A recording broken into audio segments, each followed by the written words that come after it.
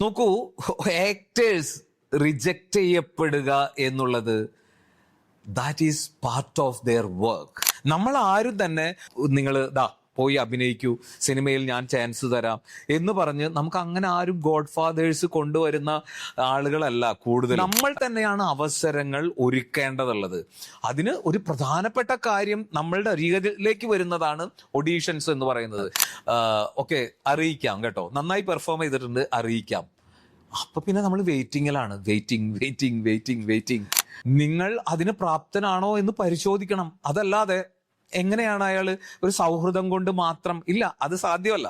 നമ്മൾക്ക് ഞാനൊരു ആക്ടറാണ് എന്ന് ധൈര്യപൂർവ്വം പറഞ്ഞ് അവരുടെ മുന്നിൽ എന്താണ് എനിക്ക് ചെയ്യാൻ കഴിയുന്നത് ആസ് എൻ ആക്ടർ എന്നുള്ളത് നമുക്ക് തെളിയിക്കേണ്ടതുണ്ട്. If you are taking it very personal, നമ്മൾ എന്തുണ്ടാവും? നമ്മൾ ഇമോഷണലി കൊളാപ്സ് ആയി പോകും. ഇത്തരം തകർച്ചകളാണ് തുടക്കക്കാരായിട്ടുള്ള ആക്ടേഴ്സിൽ ഒരുപാട് ഞാൻ കണ്ടുകൊണ്ടിരിക്കുന്നത്. ഞാനൊരു ആക്ടർ ആവാനുള്ള രൂപം കൊണ്ട് ഞാൻ ശരിയല്ല, അതിനുള്ള സൗന്ദര്യമില്ല. കട്ടിയുള്ള ശബ്ദമാക്കാൻ എന്ത് ചെയ്യണം? ഗാംഭീര്യമുള്ള ശബ്ദമാവാൻ. ആണുങ്ങൾക്കുള്ള ഒരു പ്രശ്നമാണ്, പെൺകുട്ടികൾക്ക് അതൊന്ന് സ്വീറ്റ് ആക്കാൻ എന്ത് ചെയ്യണം എന്നുള്ളതായിരിക്കാം. പബ്ലിക്കായിട്ടല്ലേ, മറ്റുള്ളവരുടെ മുന്നിൽ വെച്ച് കരയണം, ദേഷ്യപ്പെടണം. അടിസ്ഥാനപരമായിട്ടുള്ള ഇമോഷൻസിനെ, ബേസിക് ആയിട്ടുള്ള ഇമോഷൻസിനെ എക്സ്പ്രസ് ചെയ്യുന്ന സമയത്ത് എന്താണ് ഈ കുട്ടി ഇവിടെ ഇങ്ങനെ ചിരിക്കുന്നത്? അപ്പൊ നമ്മുടെ നെർവസ് സിസ്റ്റം പഠിച്ചിരിക്കുന്നത് ഇങ്ങനെയാ. ഒരു ഇമോഷൻ വരുമ്പോ അതിനെ ഓട്ടോമാറ്റിക്കലി തടയാൻ ആണ് നമ്മുടെ സിസ്റ്റം ശ്രമിക്കുന്നത്.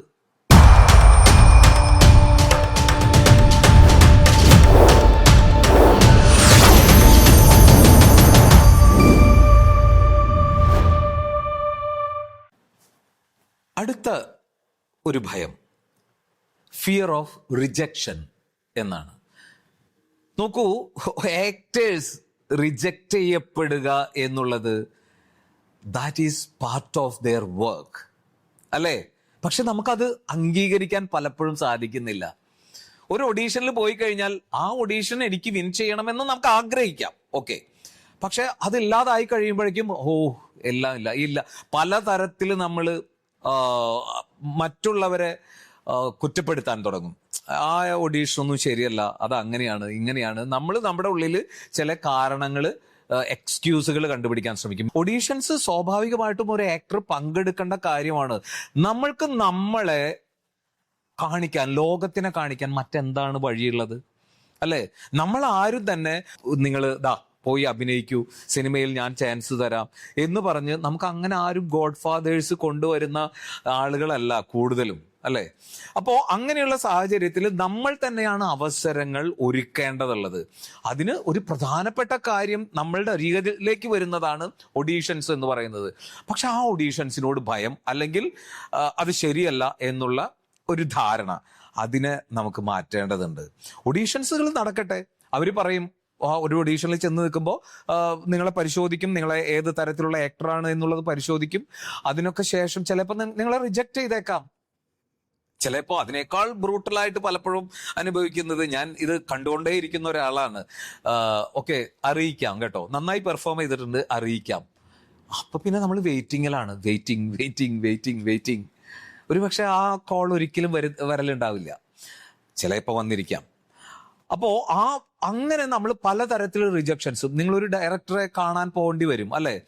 ഒരു സിനിമയിൽ അഭിനയിക്കണമെങ്കിൽ അതിന്റെ പിന്നണിയിലുള്ള ആളുകൾക്ക്, ഡയറക്ടർക്ക് നിങ്ങൾ അതിന് പ്രാപ്തനാണോ എന്ന് പരിശോധിക്കണം. അതല്ലാതെ എങ്ങനെയാണ് അയാൾ ഒരു സൗഹൃദം കൊണ്ട് മാത്രം? ഇല്ല, അത് സാധ്യമല്ല. വളരെ ക്രിയേറ്റീവ് ആയിട്ടുള്ള ഒരു പണിയിലാണ് നമ്മൾ നിൽക്കുന്നത്. ആ സമയത്ത് നിങ്ങൾ അതിന് പ്രാപ്തയാണോ എന്ന് പരിശോധിക്കേണ്ടതുണ്ട്. അപ്പോൾ അതിന് വേണ്ടിയിട്ടാണ് ഓഡീഷൻസ് നടന്നത്. ആ ഡയറക്ടർ മുന്നിൽ നിന്നിട്ട്, അതാണ് ഓഡീഷനേക്കാൾ ഭയപ്പെടുത്തുന്ന ഒരു കാര്യമാണ്.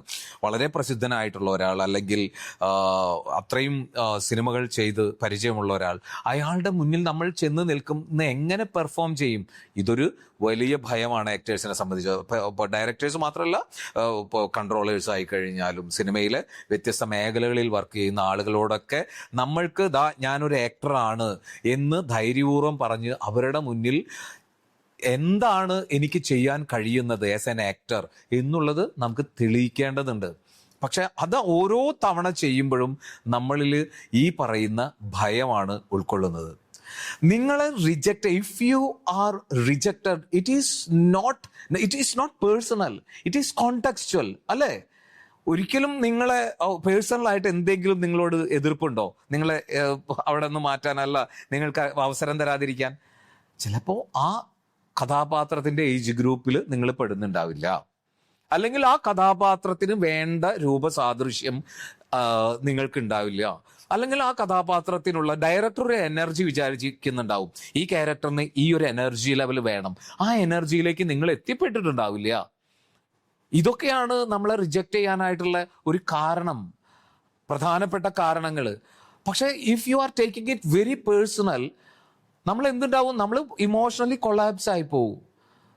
ഇതെല്ലാം എൻ്റെ എന്തോ പ്രശ്നമാണ് എന്ന് നിങ്ങൾ എടുക്കുകയും എനിക്കതിന് കഴിവില്ലാത്തവനാണ് എന്നുള്ള രീതിയിലേക്ക് അതിനെ നിങ്ങൾ സ്വീകരിക്കാൻ തുടങ്ങിക്കഴിഞ്ഞാൽ, നിങ്ങൾ അത് കൺസീവ് ചെയ്യാൻ തുടങ്ങിക്കഴിഞ്ഞാൽ, അപ്പോൾ നമ്മൾ സ്വാഭാവികമായിട്ടും തകർന്നു പോകും. ഇത്തരം തകർച്ചകളാണ് തുടക്കക്കാരായിട്ടുള്ള ആക്ടേഴ്സിൽ ഒരുപാട് ഞാൻ കണ്ടുകൊണ്ടിരിക്കുന്നത്. അപ്പൊ ഈ ഫിയറിനെ മറികടക്കാനുള്ള ഒരേ ഒരു വഴിയേ ഉള്ളൂ. എന്താണ്?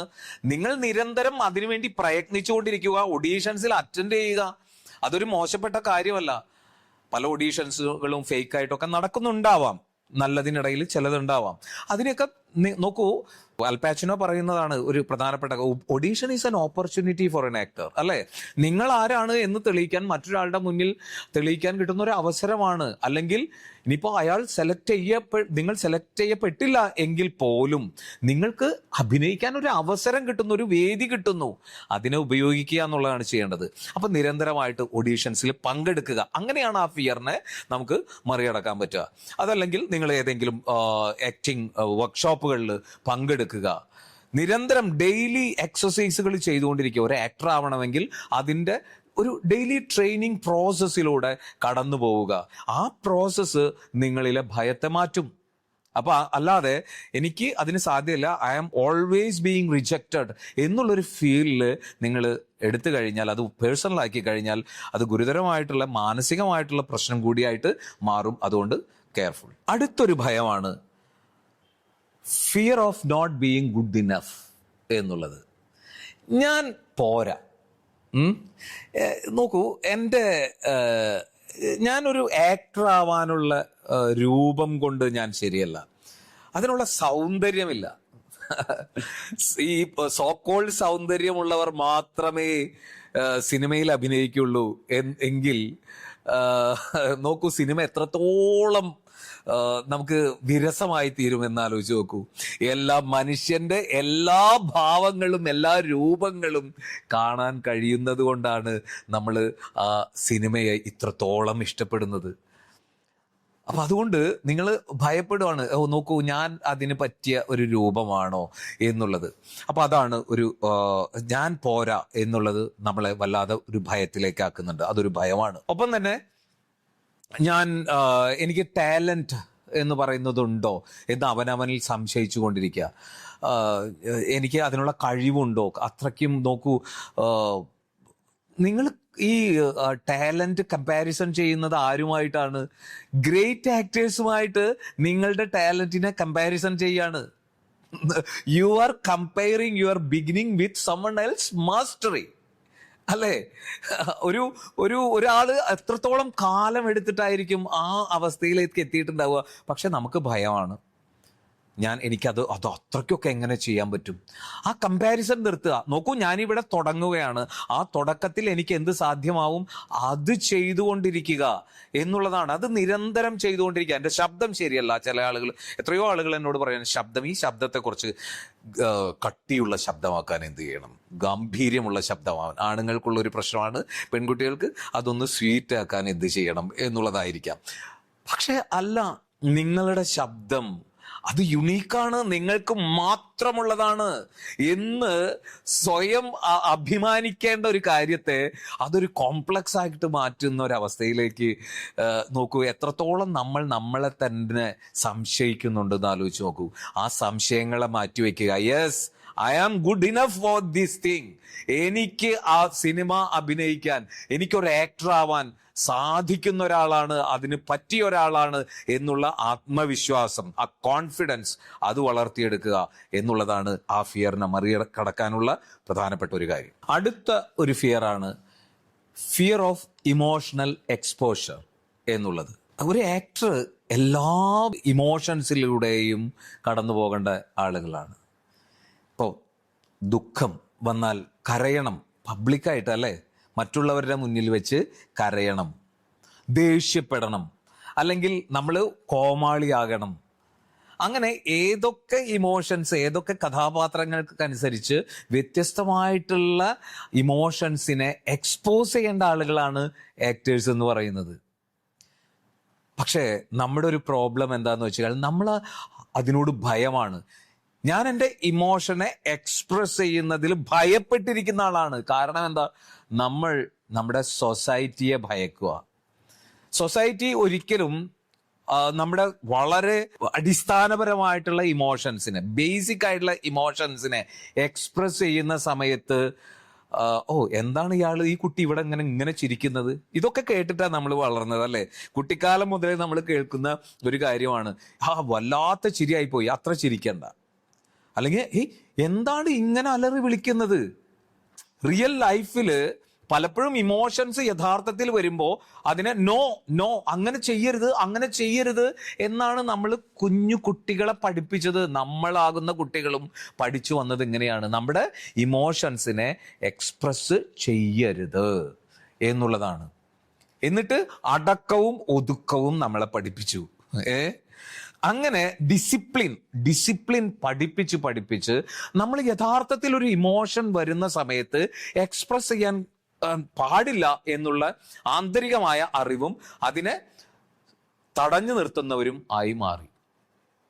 അപ്പൊ നമ്മുടെ നെർവസ് സിസ്റ്റം പഠിച്ചിരിക്കുന്നത് ഇങ്ങനെയാ.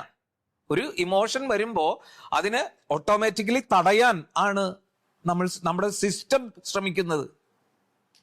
അങ്ങനെ സിസ്റ്റം ശ്രമിക്കുന്ന സമയത്ത് എങ്ങനെയാണ് ഒരു ആക്ടർക്ക് ഇത് തടഞ്ഞു നിർത്താനായിട്ട് കഴിയുക?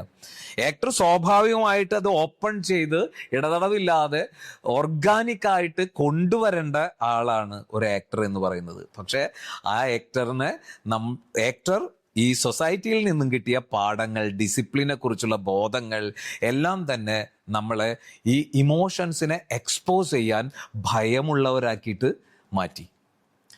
സത്യത്തില് ഇതെല്ലാം, ഈ ഇമോഷൻസ് ആണ് ഒരു ആക്ടറെ, ഈ ഇമോഷനെ എക്സ്പ്രസ് ചെയ്യാനുള്ള കഴിവാണ് ഒരു ആക്ടറെ ഗ്രേറ്റ് ആക്കി മാറ്റുന്നത്.